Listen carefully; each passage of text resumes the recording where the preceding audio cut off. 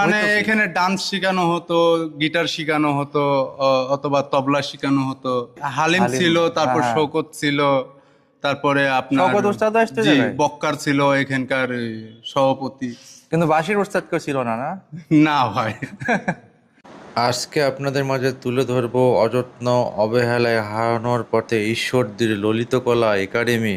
জানা গেছে 1990 সালে দেশের বিভিন্ন জেলা থেকে 120 জন প্রশিক্ষক এসে আমি সাংস্কৃতিক এখন শিক্ষা দাঁড়িয়ে দিতেন। আছি ঈশ্বরদীর সেই ঐতিহাসিক নিদর্শন ঈশ্বরদীর ললিতকলা একাডেমি। এখন আর এখানে আগের মতো গানের চর্চা হয় না। আমি এই ললিতকলা একাডেমিটা পুরোপুরি ইতিহাস তুলে ধরবো এবং পুরোটা ঘুরে দেখাবো। এই ঈশ্বরদীর ললিতকলার অবস্থান হচ্ছে ঈশ্বরদীর ইনস্টিটিউট মোড়, যেটাকে বলা হয়। সেখান থেকে নেমেই ডান পাশেই পড়বে ঈশ্বরদী ললিতকলা একাডেমি এবং তার পাশেই পড়বে হচ্ছে Ishwardi girls school. Ishwardi girls school পার হয়েই দেখা যাবে আর একটা পুকুর। এখন আমি এই ঈশ্বরদী ললিতকলার ভিতরে বর্তমান কি অবস্থা সেটা আমি ঘুরে দেখাবো। বন্ধুরা, আমার সাথে আসতে থাকুন। এখন দেখতে পাচ্ছেন এই ভিতরে ব্যাডমিন্টনের একটা ছক কাটা রয়েছে এবং নেট রয়েছে, এবং এইখানে অবসর টাইমে সবাই ব্যাডমিন্টন খেলে, বিশেষ করে সন্ধ্যাবেলায়। এবং এই সেই পুরাতন মঞ্চ যেখানে আগে নাট্য চর্চা হতো এবং বিভিন্ন গানের চর্চা হতো। এই যে বন্ধুরা দেখতে পাচ্ছেন, এখন অবস্থা পুরো ধ্বংসপ্রাপ্ত হয়েছে এই ললিতকলার ভিতরের অবস্থাটা। এবং এবং উপরে রয়েছে কবিতরের বাসা। প্রচুর কবিতর এখানে থাকে অবাধে খোলামেলা ভাবে। এখানে টুর্নামেন্টের আয়োজন করা হয় প্রত্যেক শীতে। শুধু কি করেন এখানে আপনি? এখানে এই যে বালিশ, তোশক, ল্যাপ এগুলো বানায়।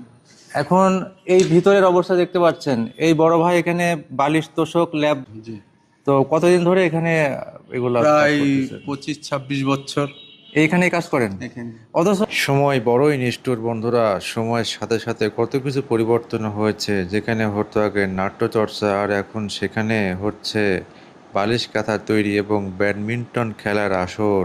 এটি হচ্ছে ঈশ্বরদী ললিতকলা একাডেমির পিছন সাইড। দেখতে পাচ্ছেন বন্ধুরা, পাশে রয়েছে একটা রেস্ট হাউস আর কি, যেটা এখনো অক্ষত রয়েছে কিন্তু আগের মতো সুন্দর নাই। এই পাশে কিছু টয়লেটের মতো রয়েছে সেটি, এবং অনেক পুরনো। এবং পাশে একটি টিউবওয়েল দেখতে পাচ্ছেন, এটাও কিন্তু অনেক দিন আগের তৈরি, এখনো অক্ষত অবস্থায় রয়েছে এবং পানি মনে হয় নাই। এবং এই পাশে একটা পানির লাইন আছে। পাশে রয়েছে একটা খাল, সেখানে পটপানা ভর্তি হয়ে গেছে, অর্থাৎ নোংরা অপরিষ্কার। এখানে আসলে কেউ ওইভাবে মাছের আবাদ টাবাদ করে না, পরিত্যক্ত অবস্থায় রয়েছে। এবং পিছের সাইডটাও দেখতে পাচ্ছেন পুরোটাই পরিত্যক্ত।